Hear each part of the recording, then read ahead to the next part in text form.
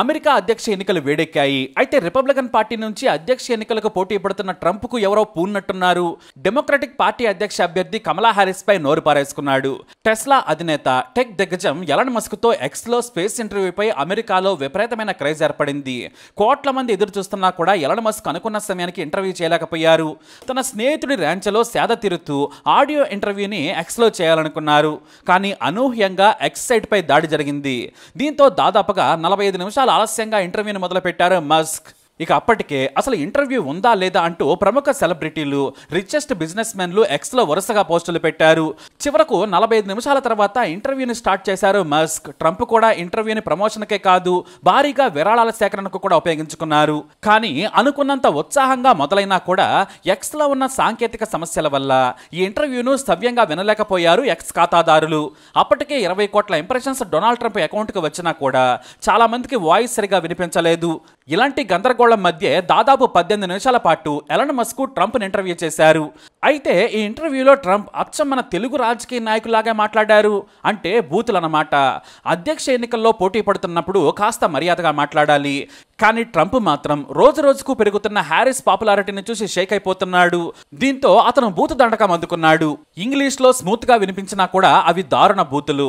మహిళ, పైగా ప్రస్తుత ఉపాధ్యక్షురాలు అని కూడా చూడకుండా ట్రంప్ నోటికి పని చెప్పేసి బూతులు అందుకున్నాడు. మనం తెలుగులో ట్రూ ట్రాన్స్లేట్ చేస్తే అవి పచ్చి బూతులవుతాయి. అంతలా విరుచుకుపడ్డాడు ట్రంప్. కమలా హారిస్ ఒక ఉన్మాది, వామపక్ష తీవ్రవాది. ఆమె చెప్పే మాటలకు చేసే పనులకు పోలికే ఉండదని దారుణంగా విమర్శించాడు. కమలా హారిస్ మొత్తం కమ్యూనిస్టు తీవ్రవాదుల్లా ప్రవర్తిస్తుంటారని ఫైర్ అయ్యారు ఆయన. కమలా హారిస్ ఇప్పటికే 3.5 ఏళ్లు పవర్ లో ఉన్నారు.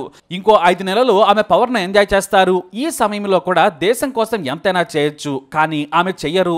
తన బాస్ మాదిరిగానే ఆమె కూడా చేస్తారు. అమెరికా ప్రజల కోసం పని చేయడం రాని నేతగా అభివర్ణించారు ట్రంప్. బైడెన్ హయాంలో దేశం నాశనమైంది. లక్షల మంది అక్రమంగా దేశంలోకి చొరబడ్డారు. దీనికి కారణం కమలా హారిస్. ఆమె అక్రమ వలసలకు వ్యతిరేకి అని చెబుతారు.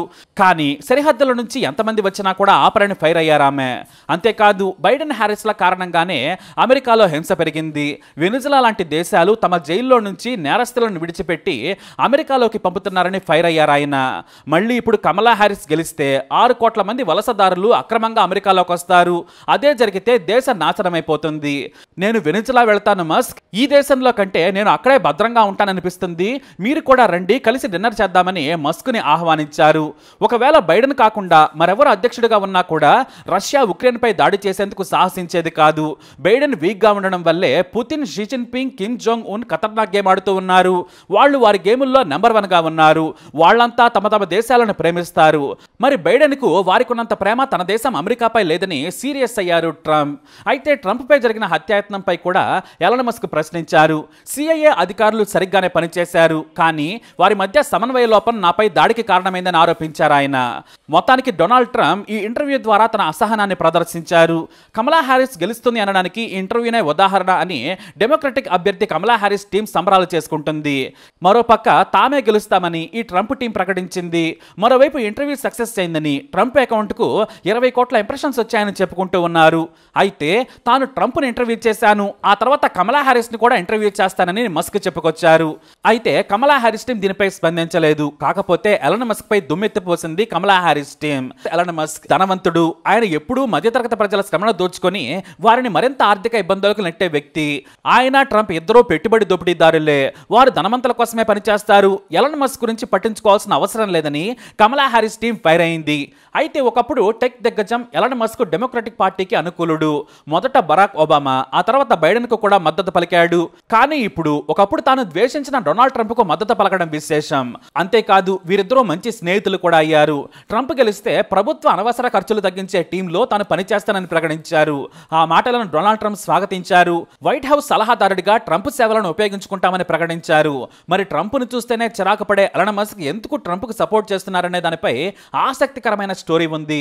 జో బైడెన్ 3.5 ఏళ్ల క్రితం గెలిచిన 2వ రోజే తనకు అత్యంత సన్నిహితుడైన వ్యక్తి నుంచి ఓ మెసేజ్ వచ్చింది. జో బైడెన్ విధానాలు అమెరికాకు ప్రమాదకరం. ఆయన వలస విధానాన్ని సరళతరం చేస్తారు. వీలైతే అక్రమ వలసలకు తెరలేపుతారు. ఇది దేశ సుస్థిరతకు ప్రమాదం. దేశంలో హింస పెరుగుతుంది. పెరుగుతుంది. అమెరికా అంటేనే నైపుణ్యం ఉన్న వలసదారులను మాత్రమే తీసుకునే దేశం. కానీ బైడెన్ కారణంగా దేశం 20 ఏళ్లు వెనక్కి వెళుతుంది. కావాలంటే నా మాట నిజమయ్యే వరకు వెయిట్ చేయమన్నారు.